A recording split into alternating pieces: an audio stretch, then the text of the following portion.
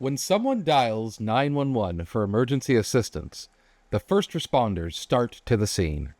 But, in the meantime, before they arrive, there is much that the citizen calling in can do to help the safety of the situation.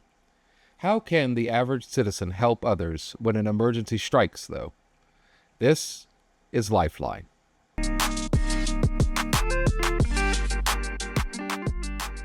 Hello and welcome back to another episode of LifeLine 911 with your host, Erica. Hello. I am your co-host, Gary, and today we are discussing the first 5 minutes, what bystanders can do when an emergency happens. So, typically when something happens, somebody sees it. So, like a car crash or a stabbing or whatnot, they'll call it in, and that's how the first responders will be aware of it and start for the scene. But crucially, in those first few moments and minutes before they arrive, there's a lot that people that are calling it in or people that citizens on the scene can do to help, right? Yep, absolutely. The main thing is, get your first. Remember your own safety. Do not get involved. Depending on what it is, no, that's not a good idea. But I would say certainly think about your own safety and don't put yourself in harm's way. Would be my first bit of advice. Right.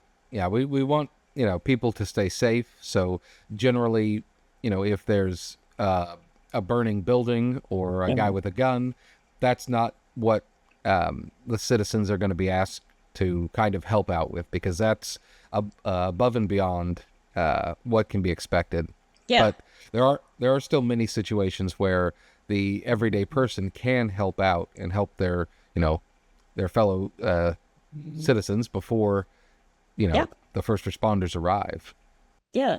I mean, certainly keeping yourself out of harm's way. Don't don't leap into action as if you are part of the first responder team for certain, but you can be aware of your surroundings.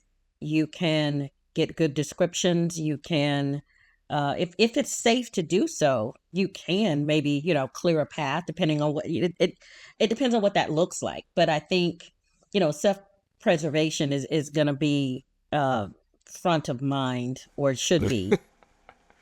Right. Yeah, because you don't want to add yourself to the list of victims of a scene. So please, first and foremost that.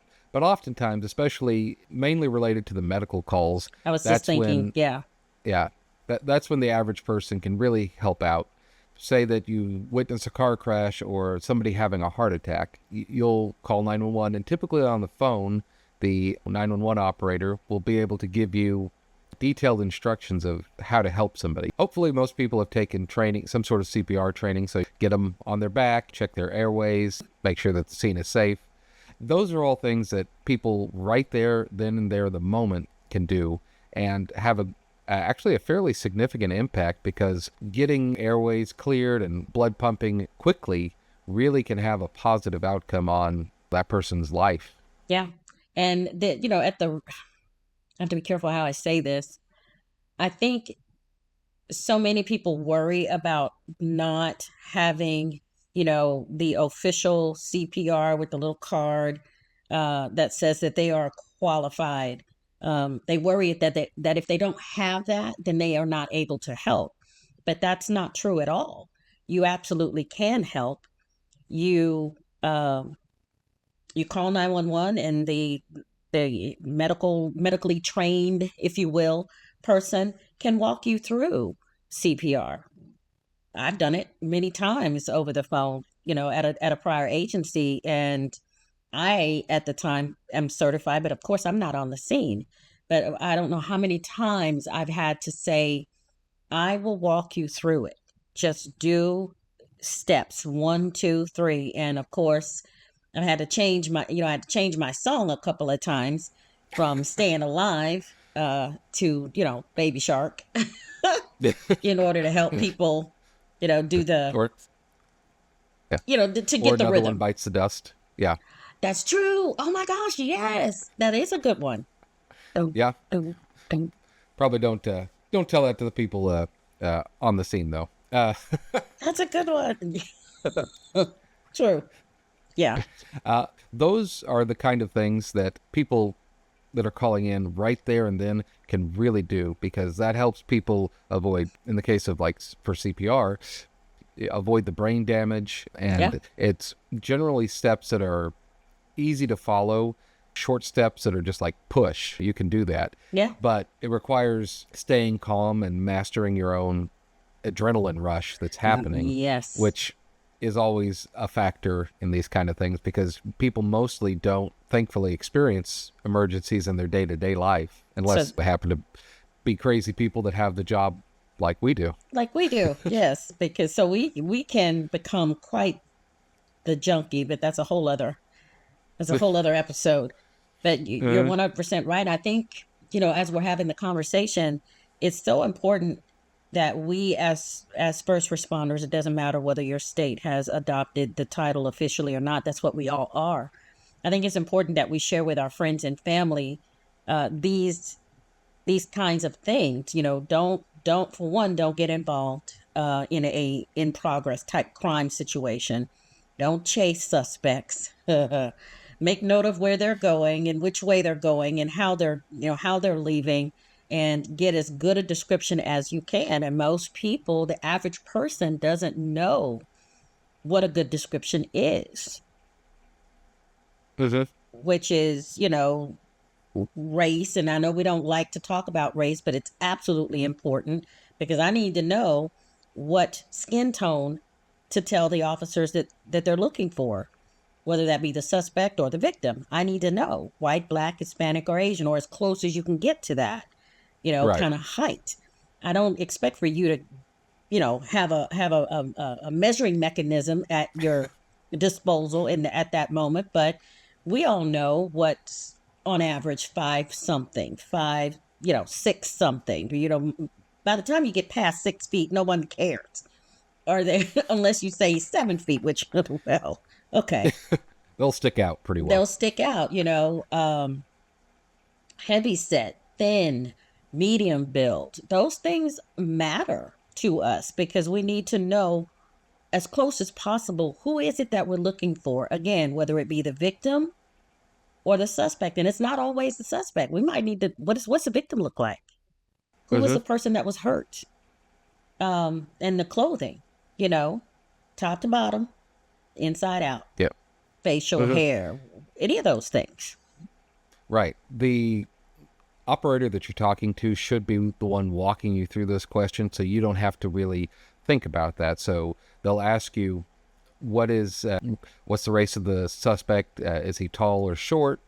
Is he heavy set or thin? What color shirt is he wearing? So the really closed-ended questions, so the caller doesn't really have to process much else aside from that, because typically their adrenaline is going to be pumping, and it's Mm-hmm. hard to get a solid thought process going in It that is. scenario, especially when it first starts. Yeah.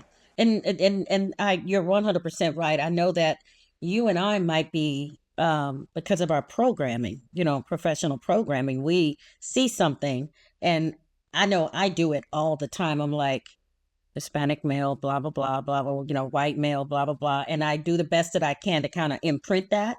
But I'm Mhm. also thinking about something else that the average person doesn't think about.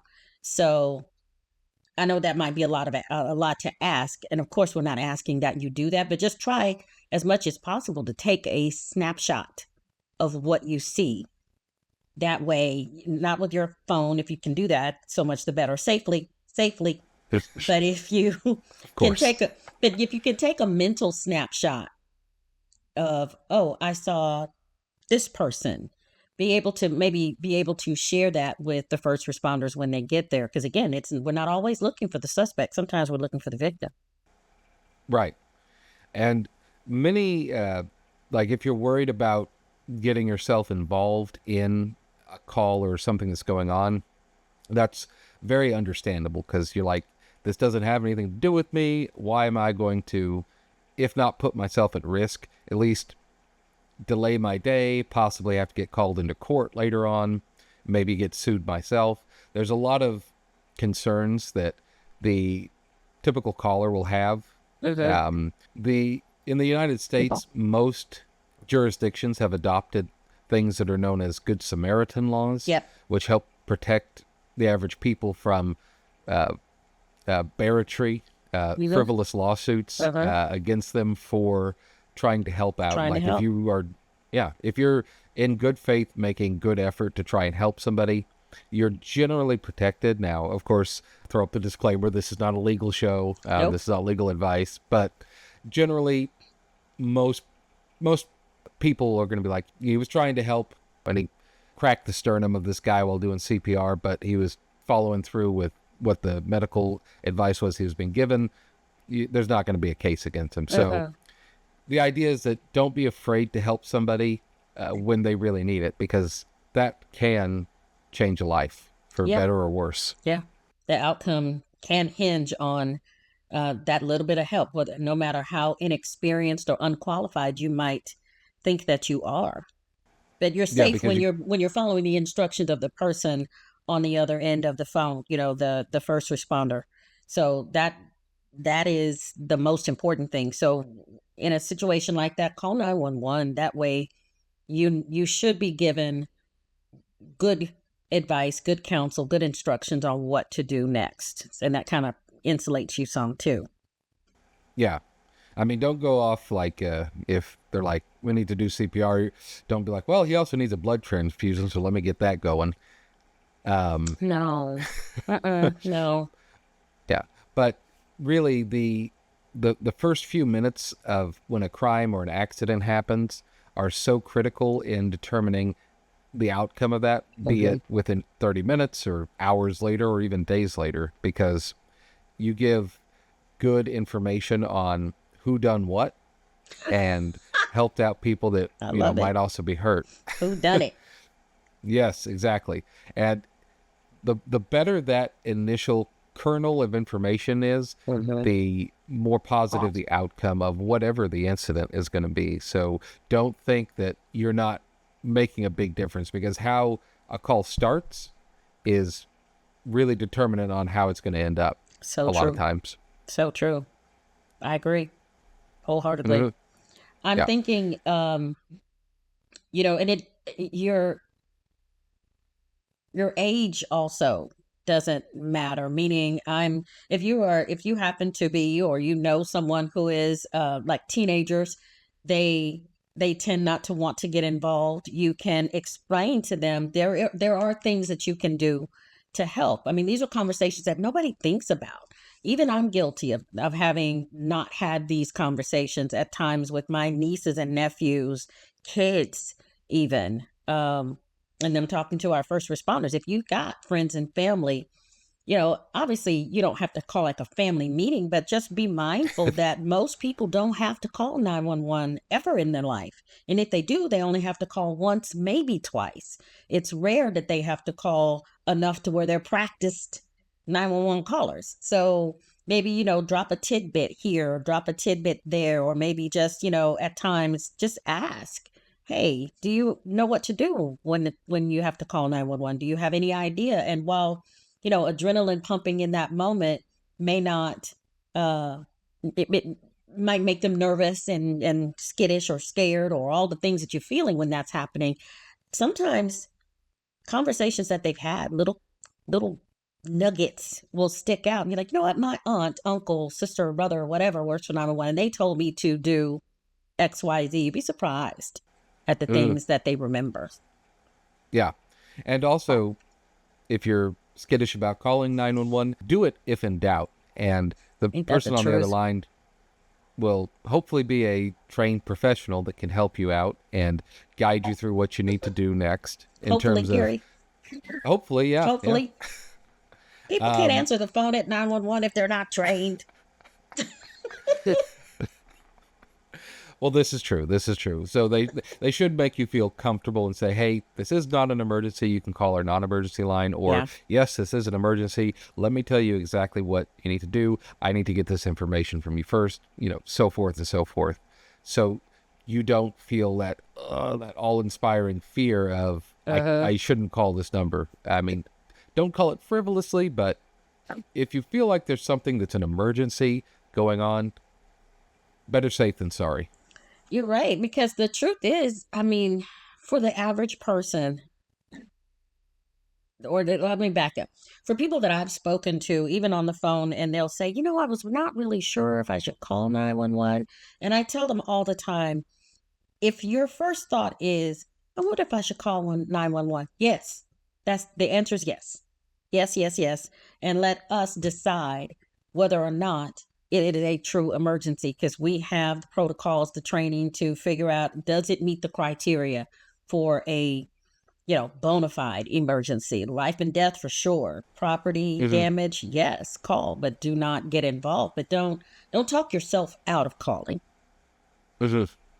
Yeah, because I can't tell you the number of calls that I've had where somebody calls in and they then get a little bit nervous that they called in or may not want to Mm-hmm. help out very much. So typically that'll be the medical calls where they're asked to do something like give them mouth to mouth. That usually doesn't happen anymore, but like Yeah. perform CPR Mm-hmm. compressions. It's a really big one. And yeah, and they're like, I don't feel comfortable doing that. And if that's the case, that's okay. It's better that you call and not feel comfortable doing CPR than not call at all. Yeah. I understand people feeling that way because it's like, this is a life and death thing. I don't want to kill this guy. But you, especially in medical situations where you're doing CPR, there's literally nothing you could do that would be worse than not doing CPR. It's very true. Because like Yeah. the guy's going to die if you don't do it. It's So it's very if true. you break a few ribs, who cares? At so, this so long as he point, lives. yeah. And I think that's where the language, especially the language that is used, we need to help them. We don't, we always use words that trigger um, something that's in human nature, and human nature is to help in a critical situation. It's not, I found, especially on the many calls that I've taken, most of the time it's only they're worried about their inability to do it right. Not so much that Mm-hmm. I don't want to. It's, of course I want to help. That's why I'm a call. But you have to reassure them a lot of times. Look, if they're going to be okay, we have to help. Are you willing to help? Well, I want to help, but great. Let's just plow right through that butt. Ha! Yeah. And keep going. Because like in our actual jobs, we can't really say as freely as we do here, but we can't say like, well, if you don't help, they're going to die anyway. So there's really nothing you can do. Like Yeah. that'll be bad. But know that if you do call in, yeah, a lot of the times, if you're not breathing or your heart's not pumping, you don't get something done to you in a minute or two or three. Yeah, you're not going to have It's a not good going to be outcome on good. that. It's not going to be So, good. But again, that most people are thinking, well, I've already called, and so help is on the way. And so let me just get out of the way and let the professionals come and do it. But what they don't, and in that moment, I don't think it's selfishness. I don't think it's any of that. I think it's just, I've already called for help, and help is coming. But in moments like that, they don't think about the fact that help has lanes that they have to drive in, and other vehicles in the way, and mhm. stoplights, and distance. Yeah. They just don't think about that. They think, I called, and any second now they're going to show up, so I'm Hmm. just going to stand here and watch the person, make sure nothing else happens to them, so that when the professionals get there, they can do what I'm not comfortable doing. And not comfortable as in I don't want to, and I would rather you die. I don't think that's it at all. I think they're just fear of the unknown, and then they know we live in a Huh. litigious society Mhm. that wants to sue for everything. But I think it's wonderful that you said almost at the beginning, most states have adopted the Good Samaritan laws, that whereas if you go and you try to help and it doesn't turn out right, you're not held to the same standard as a medical professional with the whole standard of care thing. That's not, Right. we don't have to deal with that.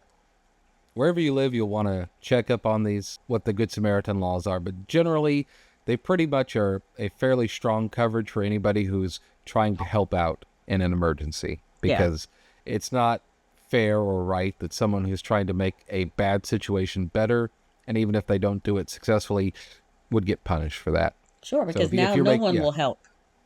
Yeah, and then society just collapses and gets terrible. But yeah, as you were saying, once you call, because you said many times before you'd like to just kind of jump through that phone and help, Yeah. but unfortunately, we do not have teleporter machines yet. Nope, not yet.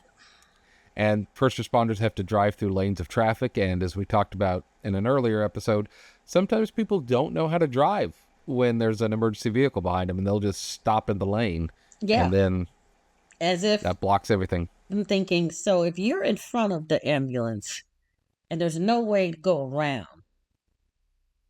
you Mhm. stopping is doing what? It's kind of counterintuitive. I'm just So, saying. I mean, yeah. okay. Mhm. So that there are unfortunately a lot of things that delay response times, and even a fast response time of, say, 5 minutes, which would be fairly good for a call.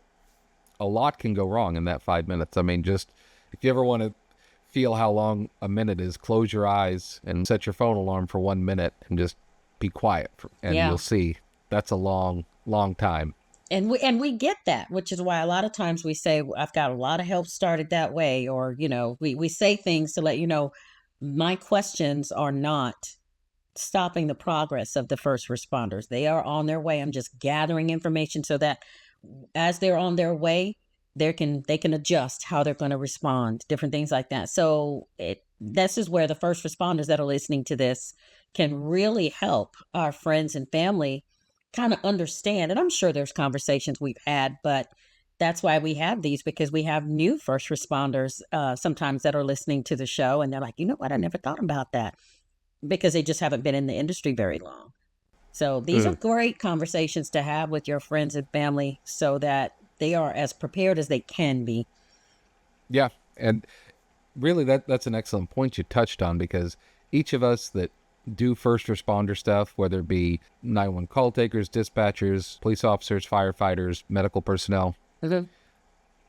part of our duty as well is also to educate the public in first responders things, because hopefully, as you said, most people will very, very rarely ever have to call 911 in Mhm. their life.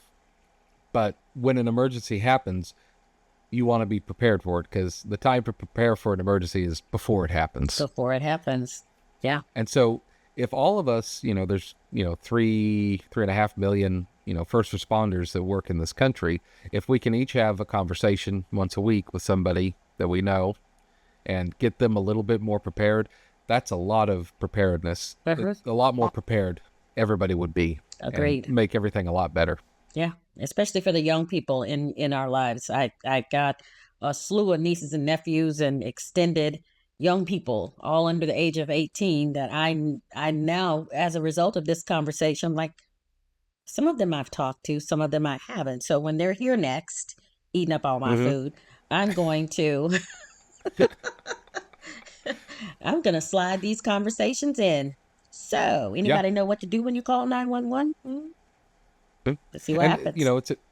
yeah, it's an easy thing to add, and just being a little prepared can make such a difference on the outcome of calls, of removing the hesitation, first of all, to call 911, Agree. speeds things up.